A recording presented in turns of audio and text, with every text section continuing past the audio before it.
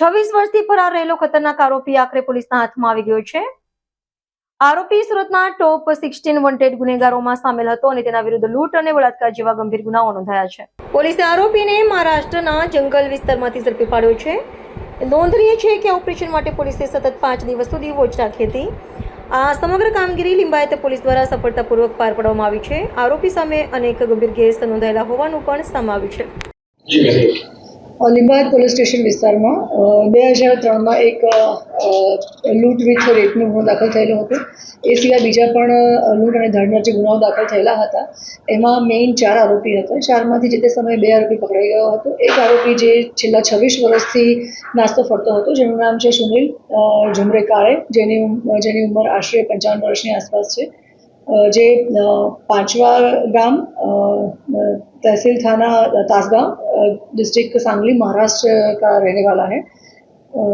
પહેલાં બહુ વર્ષો પહેલાં જ્યારે આ 2003માં ગુનો બન્યો ત્યારે એ પર્વત પાટિયાના વિસ્તારમાં છોટી મોટી મજૂરી કરી અને રહેતો હતો।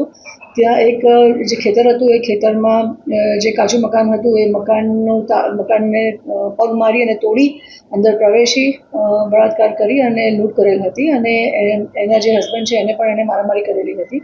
આ બાબતે ગુનો દાખલ થયેલો હતો લિંબાયત પોલીસ સ્ટેશન વિસ્તારમાં। 4 આરોપી હતા, એમાંથી 2 પકડાઈ ગયા છે અને જે 2 બાકી હતા એમાંથી એક આજે છે સુનિલ ઝુમરે કાળે, એને અમે લિંબાયત પોલીસ સ્ટેશન અને સ્ટાફનું જે અમારી ટીમ છે એ હ્યુમન સોર્સિસથી અને ટેકનિકલ સર્વેલન્સથી અમે એને ટ્રેક કર્યો હતો, જે ત્યાં છૂટક મૂટક મજૂરી કામ અને નાની મોટી ત્યાં પણ આ પ્રકારે ચોરી કરતો હતો અને હમણાં 6-1 મહિના પહેલાં જે મર્ડરના ગુનામાં 10 વર્ષની સજા કાપી અને એના ગામ પાછો ગયો હતો।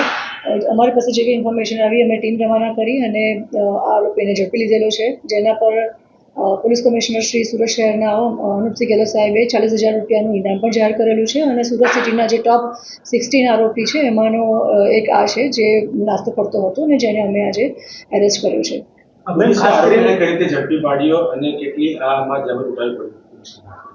અમે કેટલા વખતથી જે લાંબા સમયથી આરોપીઓ જે નાસ્તા ફરતા છે, જે ટોપ 20માં સુરતમાં આવે છે અને જે લોકો ઓલરેડી મેજર ક્રાઇમ્સમાં વોન્ટેડ આરોપી છે એની એક ડ્રાઈવ અમે રાખેલી હતી ઝોન 2 ખાતે સુરત સિટીમાં, અને એના ભાગરૂપે જે અમે અમારી જે ટીમ છે પોલીસની એલસીબીની ટીમ છે, લોકલ થાણા અધિકારી છે, ડિસ્ટાફની ટીમ છે, તમામ અમે લોકો આના પર કામ કરતા હતા। આખું લિસ્ટ અલગ બનાવીને એના પર કામ કરી રહ્યા છીએ। એના ભાગરૂપે જ અમને હ્યુમન સોર્સિસથી અને ટેકનિકલ સર્વેલન્સથી આ માહિતી મળી હતી। આ જે આરોપી છે સુનિલ સન ઓફ ઝુમરે કાળે, મર્ડરમાં પણ મહારાષ્ટ્રમાં આરોપી રહી ચૂક્યો છે। મેડમ, આ કેટલું ચેલેન્જિંગ હોય છે, કારણ કે જે તે સમયે જ્યારે વ્યક્તિ ગુનો કરે છે ત્યારે હાવભાવ અલગ હોય છે, ચહેરો બધા હોય છે, ત્યારે હવે પકડવું કેટલું પોલીસ માટે ચેલેન્જિંગ હોય છે? મેઇન અમારી ચેલેન્જ એ જ હતી કે આશરે 26 વર્ષ જેવો સમય નીકળી ગયો છે અને 26 વર્ષ પછી વ્યક્તિનો પોતાની આખી ઓળખ બદલાઈ જાય છે, ફેસનું જે રેકોગ્નાઇઝેશન છે, ફેસના ફીચર્સ છે એ પણ ચેન્જ થઈ જતા હોય છે। એણે કેટલી બધી જગ્યાએ પોતાનું રહેઠાણ અને એ પણ ચેન્જ કરેલું હોય છે।